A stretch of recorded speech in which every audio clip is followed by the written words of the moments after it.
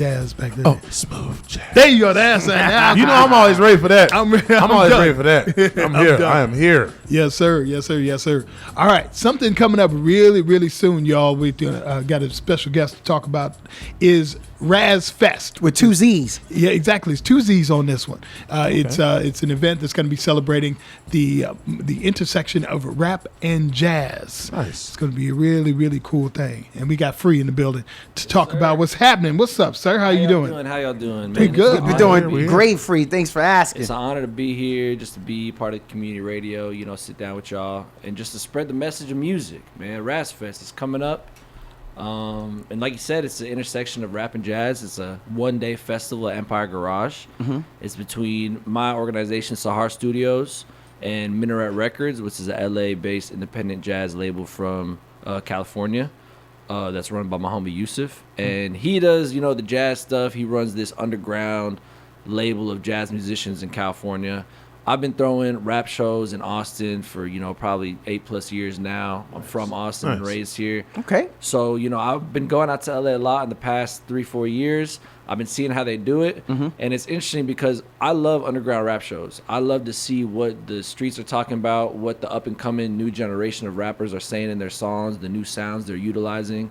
And when I went and I experienced Minaret Records culture over there, I'm like, jazz is the same thing. You got the underground jazz artists no doubt. that are paving the new lane and paving the new sound for the future.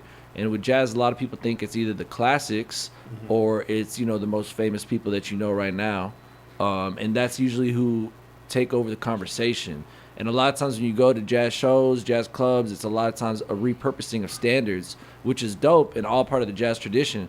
But it's cool to see the original music that's coming out and the new styles that are being developed every single day, just like with hip-hop. So I talked to my homie Yusuf with Minaret, and I told him, hey, let's do a festival.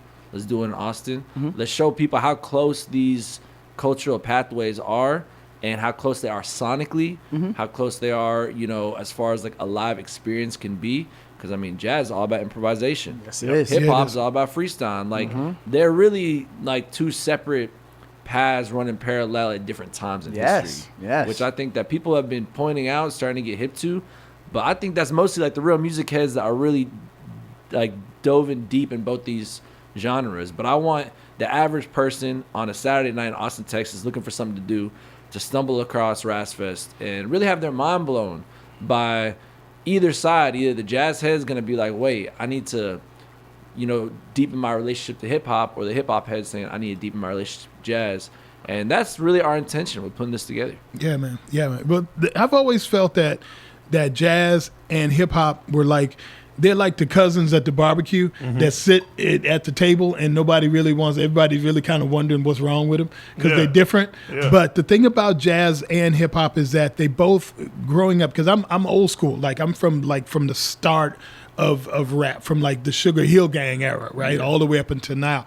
And so one of the things I've always observed is that, number one, rap and hip hop did change, and rap and jazz were both kind of this mysterious, enigmatic genres of music where you had certain people doing it and improvising, as you said, and really coming up with something that would just blow people's minds. And you never left either one of those shows you never were like, oh, that was okay. You know, like you were always like, wow, that's something new, something I've never heard before. In addition to the fact that a lot of artists have sampled rap, sampled jazz. Yeah, especially Miles Davis. Oh my God, Miles Davis, Bob James. Yep. Woo! If it wasn't for Bob James, it'd be like there'd be a lot of songs that just didn't exist. Yo, Jabari, correct me, Free, but I'm gonna just talk to Jabari right now. Okay, Jabari, I feel like it's gonna be a lot of cats like me and you there, though, right? Maybe not the young cats. Free looks like he's younger than both you and I, but I'm thinking Tribe Called Quest. I'm thinking Guru, Gangstar. Yes, sir. I'm thinking The Roots. Yeah. So, yes, sir. That's an older section. Like chapter, target group. Chapter in the thing. Do you think young cats are gonna be feeling the combination of the two, or that you think they're coming for one singular part and like, oh well, I'll tolerate the jazz? That's a really good question, and I think that what you mentioned is important because I think a lot of the young cats that are, embracing this intersection and are looking back into the pages of history to see where these things connected. I think a lot of them missed some of those times. I think a lot of them don't understand tribe and how important tribe is. You know what I mean? And I think that in an ideal situation, we would have people like y'all and y'all's group and background there to have conversations with the new ones who are getting into it, and then y'all can kind of trade this information, and then the new cats can be like, well, I know that some of this new rap stuff seems a little like out of left field or a little ridiculous to y'all, but I'm gonna explain why this is actually perfectly in line with the development of both genres, and then that way both sides of the generational gap can actually bond over the same type of connections, the same type of excitement. Yo, Free. I like jazz. Grew up, my dad was listening to it, but it was always Latin jazz for me. Oh, that's what's up. And so that's where I go first. Sorry, Jabari. But you and I have had the conversations, and he loves music Latina anyway, so it ain't like I'm really hurting his feelings. You heard nothing over him. Do you? Because there's so many different types of jazz. Yeah. And Jabari, you can help me with this. There's right. like acid jazz. Yeah. I told you I want Latin jazz. So there's like different types of jazz. Just like I guess we can say there's different types of rap. Yeah. How you plan on making sure you can grab as much as you can and pull it in? Good question. And I will say I'm not gonna claim like we can get it all. You can't do it. I'm just gonna be honest. But this concept of RazzFest, it came to me like a year ago. And no matter what happens with this show, this is the beginning of a long-term commitment. Like, we could be like the Jazz Rolling Loud out here. You know what I mean? Like, I want to keep on developing in it. So right now, one thing that we're doing to kind of encompass the whole experience of it is we're going to have the live performances. That's at the Empire Garage. Okay. But then on the patio, we're going to have beat makers flipping jazz samples all night. So come on, are you serious? Yeah, the SP404s, the MPCs. They're going to be flipping. And then I want people to be ciphering in there. You know what I mean? Hold on. That's a good Drop a beat. I'm going to drop some lyrics now, and then we carry it on over. Hey, that's amazing, that's gonna man. That's going to be so fire, man. I like this. Then y'all see the vision. And then in the control room, where like usually control room has the shows, right? You have like Empire has a set, control room has a set, you go back and forth. Instead, the control room is going to be turned into like one, like in a museum when you walk into the dark room and it's like a theater. It's going to be like that all night. It's going to have like Alice Coltrane interviews, like a video of Jay-Z in the studio talking about his one takes. It's going to have like a clip from like Mo Better Blues or something like that. Just like visual nuggets going all night, like maybe a 2-3 hour clip just on repeat throughout the night. So at any moment, if you're at the shows, you're like, I'm going to take a break, go smoke. I was going to say, it's called a break, Yeah, take a break, go smoke, listen to the beat makers. Okay, I smoked a little. Wait, what's in that room over there? I'm going to go in there. And now it's a dark room. You walk in, and it's just you hear Alice Coltrane talking about the harp. You know what I mean? And then you leave, and then you come back an hour later, and now you have a completely different experience. Maybe it's like a video from like an old MTV clip, the early days of hip-hop, things like that, a little Sway in the Morning, iconic freestyles. Like, just little tidbits of history. So that's like going to be the way we're organizing the experience. Now, as far as the focus is, y'all know Blakchyl? Yeah. Okay, y'all know Jay Soulja? Yeah. So those are going to be two rappers from Austin we have highlighting on the event. They're both going to be performing. Okay. Now, I play saxophone with Blakchyl's band. So Blakchyl's new project called The Process of Shining, that has a lot of kind of like Latin, international, even North African jazz sound influences. This song called Ashtray, we did like a Tiny Desk submission for it. Yeah. Nice. That song is like, definitely has that kind of international feel to it. Okay. And then Jay Soulja, like he just dropped his album, and one of the songs he's talking about the South got flavor.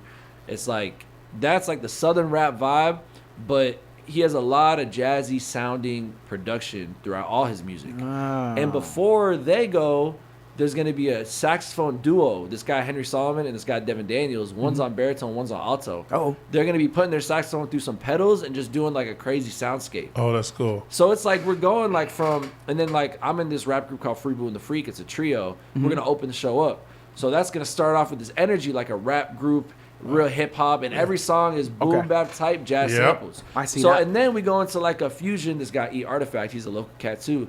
He just dropped his first single yesterday. His name is E-Artifact. The song is called Rightly Timed. Man, I don't even know how to explain it. Just from a musical standpoint, the musical space that he can craft, like just by switching chords and switching keys in the middle of the songs while singing, is just incredible. So it's like all these different players coming together in like one big old video game. I see. And then the headliners is Quelle Chris. You know Quelle Chris? I don't. Quelle Chris is really, really dope musician. Y'all should check him out. I think y'all would really appreciate him considering the art styles that you like, the rap styles you like. Yeah. And then the headliner is Kassa Overall. He is a drummer and a rapper. He's doing a show at Blue Note Rio like this week. You know, what I mean? He goes all over the world and plays.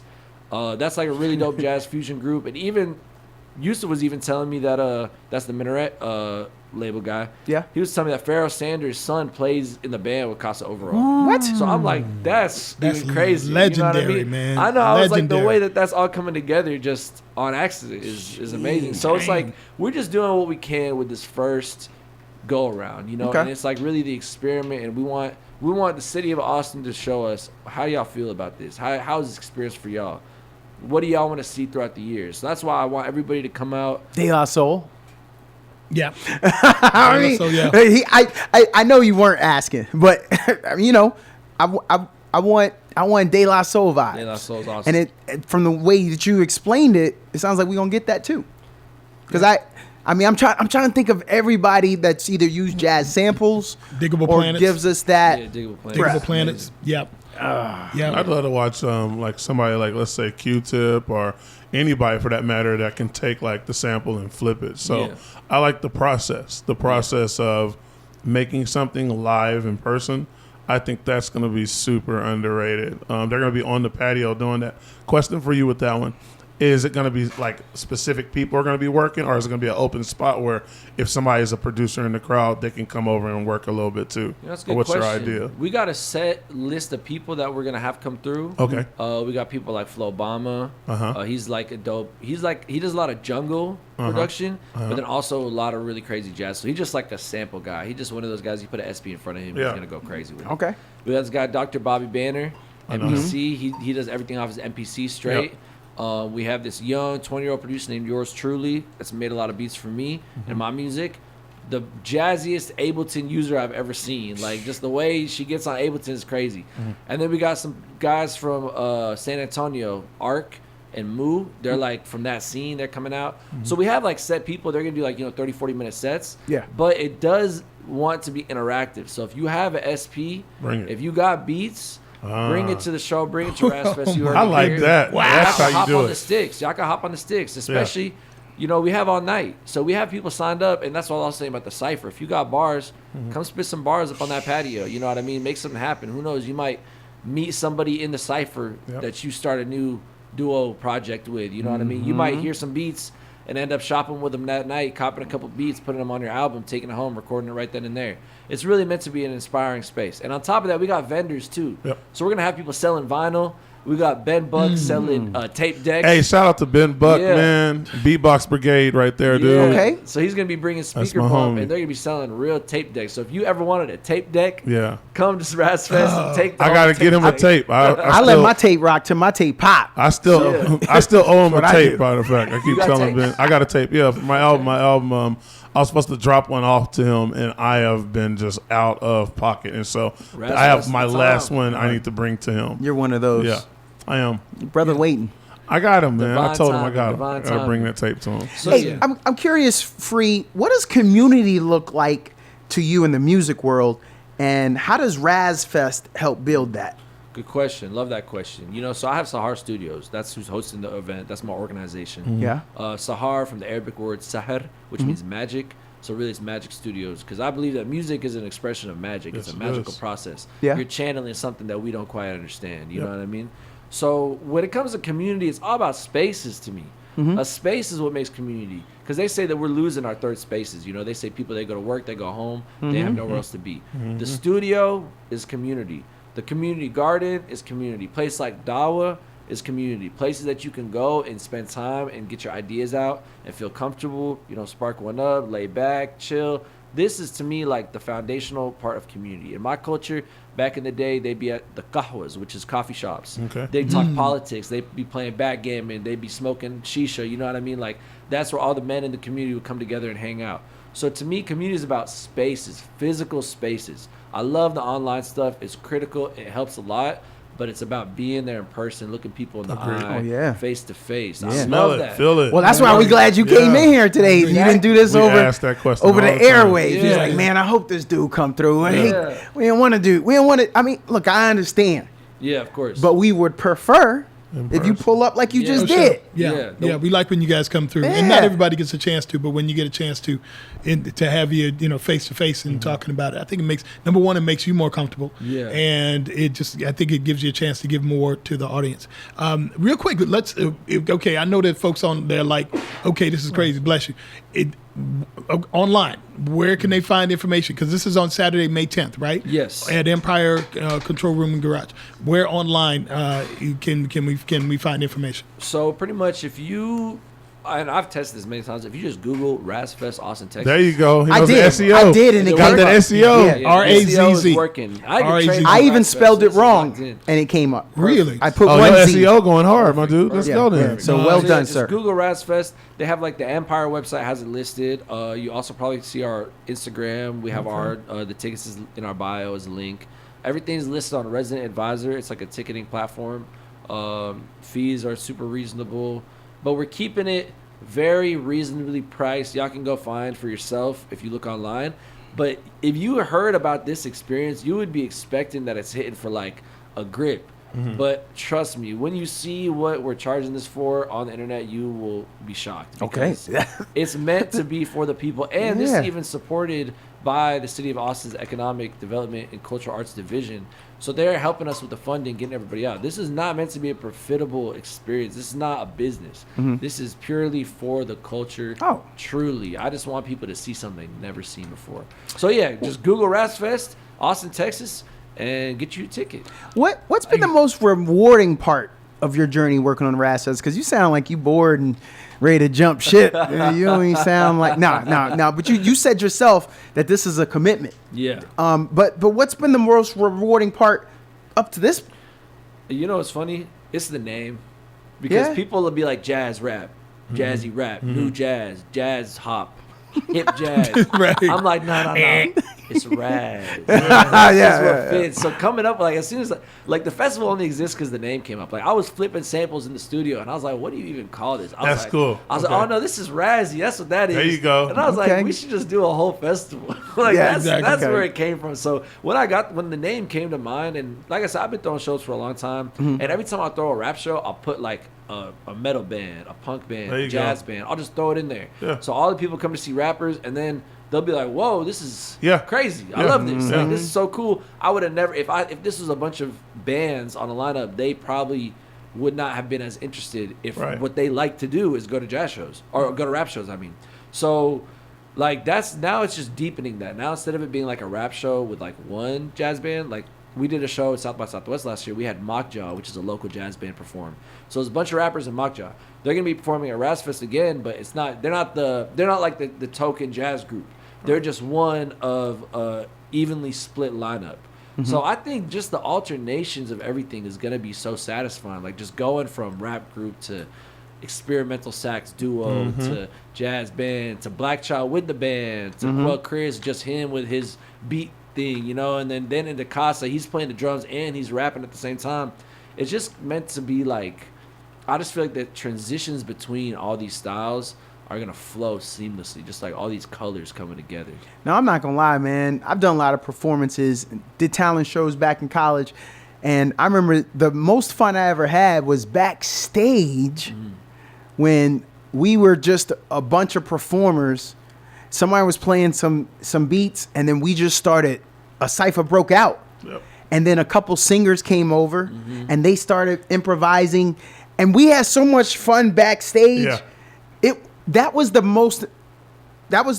most artistic point in my life that I had. Yeah. And it blew my mind, and I've never recreated that. But I remember thinking kind of what you're saying, this is where I get out of it is the difference of being in that space, being live and not having, I'm not saying there's no wrong with beats. There's some amazing beats out there, right? But I was looking an acoustic guitarist in the eye, and we locked, and I was just like, I ain't gonna let you down, son, because you're He's right now, performing. you need me. You need this. Yeah. And I like the flow was just there. And then when I laid back, and then a couple of the singers came in, it was a great experience. Yeah. And I see that here. The way you talk about it with all the different artists, I see a lot of people having a lot of fun, whether you're a performer or not, just being in that environment. Yep. So, Thank you. Shout outs to you, man. I'm glad you see what we're trying to do. I really appreciate this is gonna be hot. And that experience that you talked about, like, that's what music's about. That's community right there. And if you think about it, a space allowed that experience to unfold. Yeah. It's like this is a place where the artists are hanging out backstage, and then somebody sparked it, and then it just caught fire. Yeah. And that's jazz, and that's rap. Yeah. And they're really one and the same in that particular aspect. They come together so seamlessly, you would never even imagine there's a difference between the two. If you really like zoomed out, it's the same thing pretty much. Before you go, if you had to, I hope this is the hardest one that I I'm can ready throw for at it. you. I'm ready for it. Bring it on. We feeling you're free, but I gotta hit you with at least one hard one. Let's go. If you could describe the soul of RazzFest in one sentence, what would it be? Soul of RazzFest in one sentence. It's allowing the music to guide you to freedom, to a place you've never been before. Hey, man. That's what it is. Why he gonna ace That's my what it test? is. I like it. Yep. That's what it is, and it's meant to, and that's what made me just love jazz. Like, I remember being at a Minaret show. Now, like, I made a choice to start a journey to be a jazz artist. I play saxophone, I play keys. I knew it was gonna be a long time. This is as a rapper first. I'm like, I gotta do this. Like, I gotta learn how to do this. I need this. And I was at a Minaret show. It was a full moon. And I'm watching these three artists just improvise together. Trombone, synthesizer. I think the other one was probably upright bass. And I'm just watching them conversate. And what I love about it is you don't know what they're saying. There's no words. You are interpreting everything. It's like it's like trying to imagine an image you've never seen before. But they're painting it right there. And it's just purely through sound.